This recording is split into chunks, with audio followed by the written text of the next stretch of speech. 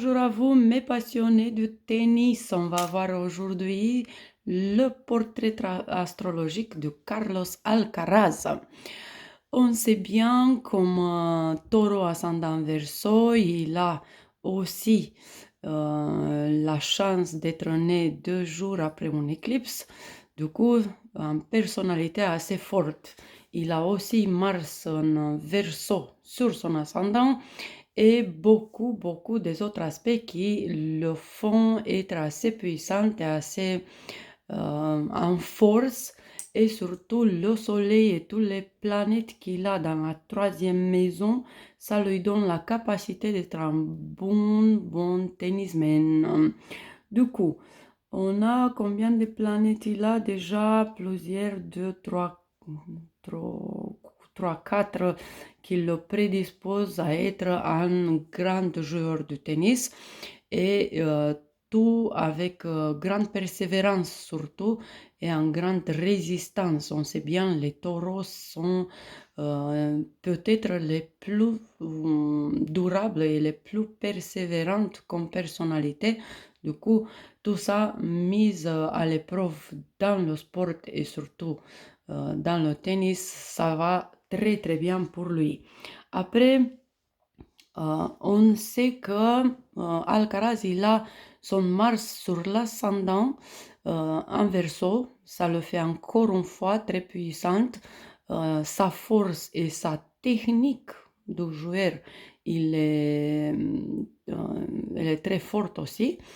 Du coup, en deuxième partie de vie qui peut être assez bien mis sur sa passion, le tennis et toute cette force qu'il peut utiliser, toute cette capacité et toute la technique qu'il a pour et à travers le tennis. Après, son karma lui demande aussi d'être très persévérante et d'avoir un plus de cerveau, si on peut dire comme ça, être plus concentré sur le sport et aussi de résister du point de vue intellectuel et psychique à tout ce que c'est concentration et encore concentration et toujours concentration. Après, on peut voir dans son astrothème que dans plusieurs vies, il a eu des bonnes choses et pas très bonnes choses, et surtout sur le plan relationnel. C'est pour ça qu'il est très bon dans un sport individuel. C'est pour ça qu'il a cette force et cette capacité, cette agressivité, si on peut dire, et toute sa force mise comme ça dans l'idée de puissance et d'accomplir cet but. Et c'est surtout la capacité de voir de point de vue direction, de point de vue avoir et donner la direction comme personnalité puissante née à l'éclipse, comme je viens de dire. Après, ces leçons de vie sont assez importantes. Il doit avoir des enfants. C'est un but de vie pour lui dans cette vie. Aussi, on peut voir son Jupiter qui lui donne une grande puissance et surtout dans tout ce que c'est lié à travers la masculinité, la virilité, la force et dans le monde des hommes. Après, on sait bien qu'il va avoir toujours un côté persévérant, mais aussi la persévérance dans tout ce que c'est lié à l'abondance, par exemple. Et on voit sur son astrothème Mercure rétrograde en taureau. Ça peut donner parfois pas de bonnes idées. Ça peut lui donner aussi des idées très géniales, mais aussi des moments quand il se perd. Il se perd les idées ou la concentration. Et c'est dans la troisième maison, ça veut dire que ça va aller avec la capacité d'être persévérant dans ses idées. Donc, garder l'idée du début jusqu'à la fin, c'est une grande provocation pour lui. Et ça se voit aussi dans ces moments quand il se perd, que on voit que c'est pas assez facile pour lui pour se reprendre. Donc, c'est pas la fatigue, c'est pas le manque d'endurance, mais c'est surtout Mercure rétrograde qui le fait tomber de sa concentration dans le vide, dans un vide de pensée, si on peut dire comme ça. Et là, il doit avoir une auto-éducation pour se reprendre. Donc, ça va venir avec la, l'endurance, mais aussi avec la sagesse, surtout dans le sport et avec tous les autres matchs qu'il va jouer dans le temps. Ça va lui donner cette capacité de monter vite de- à partir de ce vide dans lequel il tombe. Donc, c'est un peu l'idée de savoir renaître et c'est aussi une grande leçon pour lui, savoir renaître pour évoluer. On voit aussi sur son astrothème qu'il a un côté dramatique, un côté, si on peut dire, un côté qu'il a déjà depuis sa vie d'avant, un peu dans l'idée qu'à un moment donné, tu peux se détruire ou qu'à un moment donné, tu peux aller dans une mauvaise direction. Et ça, c'est une provocation qu'il a dans cette vie pour dépasser ses peurs et ses obsessions. Et aussi, on voit que avec l'idée de dépasser cette limite et cette peur de la destruction, ça va être pour lui, pas seulement dans le tennis, mais dans sa vie aussi, une façon de monter l'échelle d'évolution et de s'épanouir. C'est aussi dans son astrothème un joli aspect, Vénus qui est son maître, mais aussi le maître de son destin. Vénus qui est un bélier et qui est lié aussi à son karma relationnel depuis plusieurs vies passées. Donc Vénus, ça peut lui donner parfois, quand il a par exemple des matchs, quand Vénus il aspecte bien, quand il est bien dans le signe, par exemple quand on est dans une période quand Vénus il est en balance ou il est en taureau ou il fait aspect des bonnes énergies avec le taureau, ça peut lui donner une grande montée aussi comme destin, aussi comme sport et aussi comme personnalité. Et on a aussi cette énergie vulnérable, la femme en lui, si on peut dire comme ça, son côté vulnérable, son côté émotionnel, émotif, qui vient parfois de lui donner l'impulsivité et aussi de le faire un peu se dépêcher ou de ne pas avoir cet moment de concentration, de perdre la concentration et ça ne tombe pas du tout bien avec Mercure rétrograde qui peut aussi aller pas dans la bonne direction de concentration. Après, on voit qu'il est il a un destin assez plein des opportunités et de la chance. On voit aussi qu'il a une bonne tactique, c'est la tactique que Mercure dans la troisième maison, mais aussi la génialité de Mercure rétrograde quand il est dans le côté génial, mais aussi son ascendant Verseau, mais aussi Mars en Verseau. Donc, tout ce que ça peut amener cette tactique et qui l'aide beaucoup dans le sport. Après, l'ascendant Verseau et Mars en Verseau peut l'aider beaucoup dans la capacité de changer de tactique et d'essayer plusieurs tactiques et d'aller d'un côté à l'autre, d'un extrême à l'autre dans ses actions, dans ses initiatives et ça l'aide beaucoup encore dans son façon de jouer. Après, on voit qu'il a beaucoup de signes, beaucoup de planètes dans des signes mutables et aussi beaucoup de planètes dans des signes fixes. Juste un seul dans des signes cardinaux, ça c'est pas trop facile à jouer, si on peut dire comme ça avec les guillemets. Pourquoi c'est pas facile? Parce qu'il est assez fixe, assez mutable, il est assez adaptable mais assez têtu que parfois il faut se mettre en accord avec lui-même pour pouvoir sortir de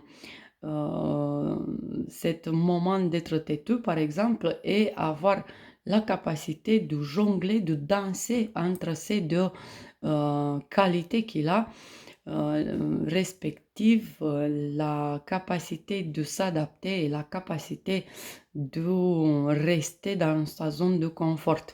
Du coup, c'est un peu l'idée d'être dans une balance intérieure et ça aussi, c'est une leçon par rapport à la tension qu'il a entre son ascendant et son soleil Verseau Taureau. Ça donne aussi cette tension intérieure que il peut être parfois assez dur, assez en force comme le taureau et parfois assez air, assez verso et ça peut le déranger, ça peut lui faire un déséquilibre à l'intérieur de lui et ça vient aussi avec la sagesse, avec l'âge aussi. Dans le tennis, mais aussi dans sa vie perso.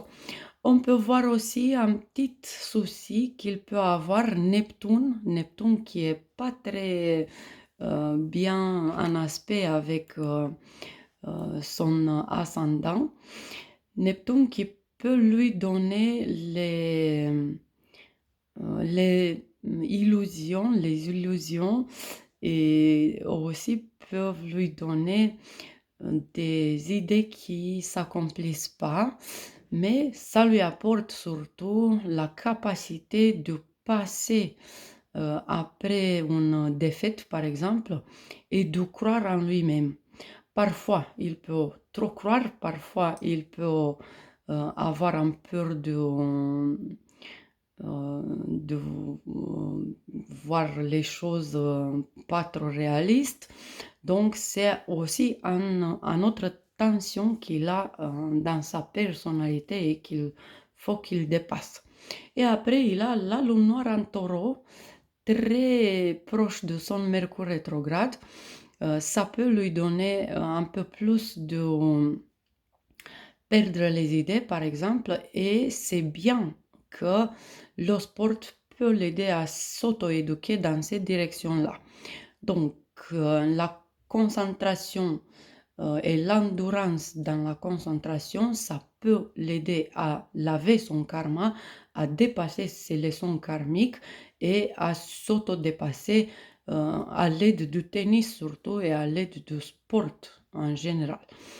Et qu'est-ce qu'on peut dire d'autre? C'est un petit souci aussi, un blocage, peut-être si on peut dire comme ça, un blocage de point de vue relationnel. Vénus, son maître qui est en bélier, il ne se sent pas du tout bien en bélier. Le signe de la balance qui est pas très bien, il est dans la maison 8. Du coup, cette leçon peut-être un peu karmique. Balance en 8e maison, ça donne un peu de karma relationnel aussi. Du coup, Vénus, là, le maître de son signe, mais aussi de sa petite karma relationnel, ça montre que parfois il peut choisir pas très bien ses relations ou il peut choisir la solitude ou peut-être il peut avoir des moments de réjection, de s'exclure ou de préférer la solitude. Et aussi on peut voir dans son caractère, si on peut dire, un peur de l'intimité qui vient avec la peur de l'intimité spirituelle. C'est un côté assez subtil qui doit comprendre par rapport à lui-même, qui doit dépasser comme effet karmique. Et avec l'âge, avec plusieurs bonnes relations, il peut les dépasser, il peut avoir une jolie vie relationnelle, surtout qu'il a Jupiter sur le descendant et ça peut lui donner un vrai bonheur dans son amour et dans ses relations. On peut voir aussi que le verso de l'ascendant, il n'est pas facile quand on parle de relations. Du coup, il faut se concentrer aussi quand le temps arrive par rapport à l'amour et par rapport à sa vie relationnelle.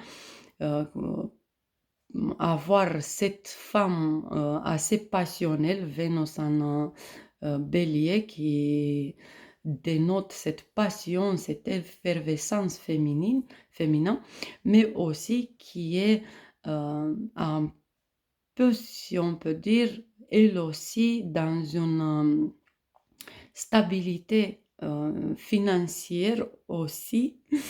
Du coup, il va pas aimer les femmes qui sont pas indépendantes du point de vue financier et il va pas aimer les femmes qui n'ont pas un côté effervescent et un côté féminin de même mesure. Donc, au début, il va mettre plus d'accent sur la passion et au fur et à mesure de avancer dans l'âge, il va apprécier aussi le côté féminin, le côté délicat, le côté force émotionnelle et tout ce que ça représente, cette féminité dans sa vie, dans ses rêves et tout. Du coup, c'est un peu ça par rapport à son astrothème. On peut dire qu'il a une personnalité assez loyale, assez intellectuelle, assez côté, vous voyez, le côté enfant, le côté curieux, le côté très assoiffé de connaissances et de savoir. Et c'est aussi une capacité qu'il a de comprendre et d'apprendre les traditions, d'apprécier le passé et de voir le bon côté de l'histoire, quoi, de l'histoire en général, mais de l'histoire intellectuelle, de l'histoire en communication, de garder, pas comme rancunier, mais de garder cet désir de faire vivre l'histoire, de laisser quelque chose derrière lui, bien sûr aussi. Du coup, c'est cette soif de entrer dans l'histoire du tennis. La lune en Gémeaux, elle va accomplir encore une fois sa particularité sur le tennis. Et aussi, on peut dire qu'il aime beaucoup rester, avoir une jolie maison et rester à la maison avec ses proches. Il aime beaucoup l'affectivité. Bien sûr, c'est un taureau, il aime bien la vie, il aime bien tout ce que c'est joli et important et cher dans la vie, mais aussi il aime le côté qui le remplit d'ailleurs, le côté affectif des mots. Il aime bien les mots qui sont chargés à l'émotion, qui sont chargés avec des sentiments et aussi les déclarations d'amour et tout ça. Mais on rentre pas plus dans les petites idées qui sont liées de son âme, de son cœur et de sa famille. On se résume au tennis, on se résume à sa personnalité et on va le suivre déjà dans les matchs qui viennent.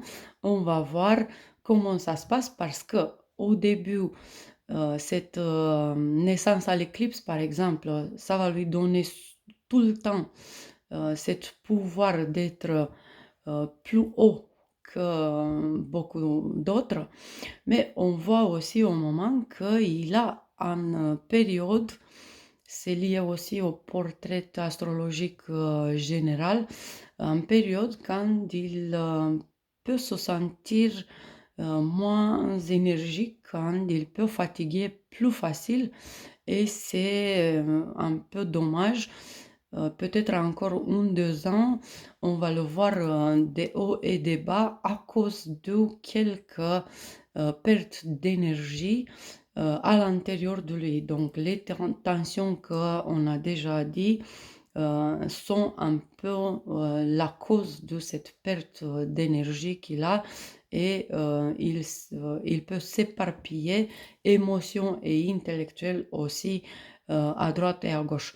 Mais on va voir Alcaraz beaucoup d'années d'ici. Il va rester, il va être assez dans l'endurance et le tennis, c'est son chemin de vie. Donc on va le voir, on va l'apprécier, on va l'admirer encore et encore des années, beaucoup encore d'ici. On peut dire qu'il va avoir des succès dans les années qui viennent. On peut voir qu'il va avoir aussi encore plus d'argent, encore plus de matchs à gagner.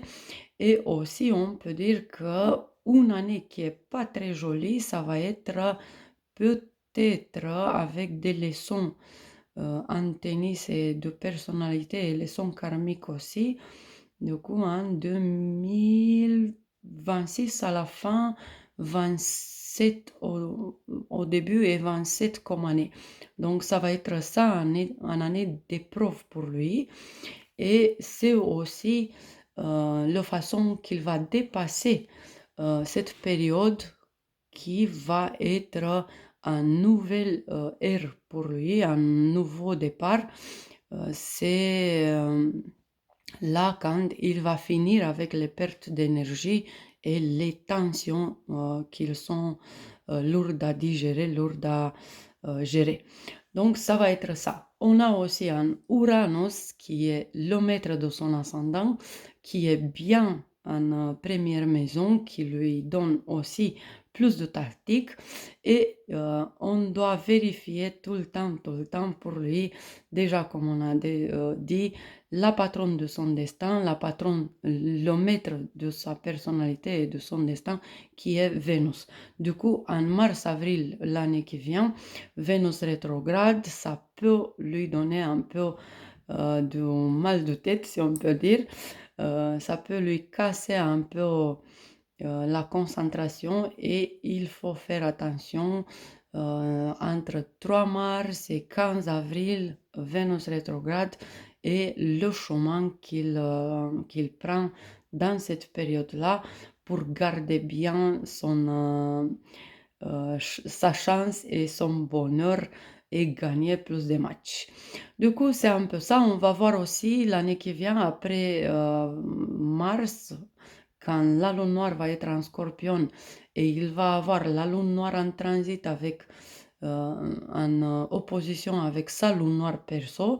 Et là, ça va être aussi en période jusqu'à décembre 2025, en période de dépasser ces leçons karmiques et surtout liées à l'endurance, à la concentration. Donc, on a une personne puissante, on a un joueur puissant avec beaucoup de défis et des obstacles à dépasser en 2025 et en 2027. On va suivre, c'est ça. J'espère que vous avez bien aimé son portrait astrologique. Si vous avez des questions, n'hésitez pas. On va voir des autres joueurs de tennis. On va voir aussi quelques personnalités publiques et aussi leurs défis au présent, s'ils perdent ou pas d'énergie, s'ils ont dans une année de chance ou pas. On va voir. Je vous invite de me laisser des commentaires si vous avez un préféré que vous voulez savoir plus des choses. Je ne sais pas, une personne qui est assez un modèle, un anti-modèle, pourquoi pas pour vous. Et on va voir plus de détails. Déjà, peut-être que la prochaine fois, ça va être Federer, un lion que j'aime beaucoup et qu'on aime tous. Je pense que c'est aucune personne qui peut dire que n'a pas aimé cet joueur et sa personnalité. Du coup, je vous dis dans une prochaine vidéo. Je vous remercie beaucoup pour être ici avec moi et je vous invite de laisser vos commentaires et vos likes et je vous embrasse.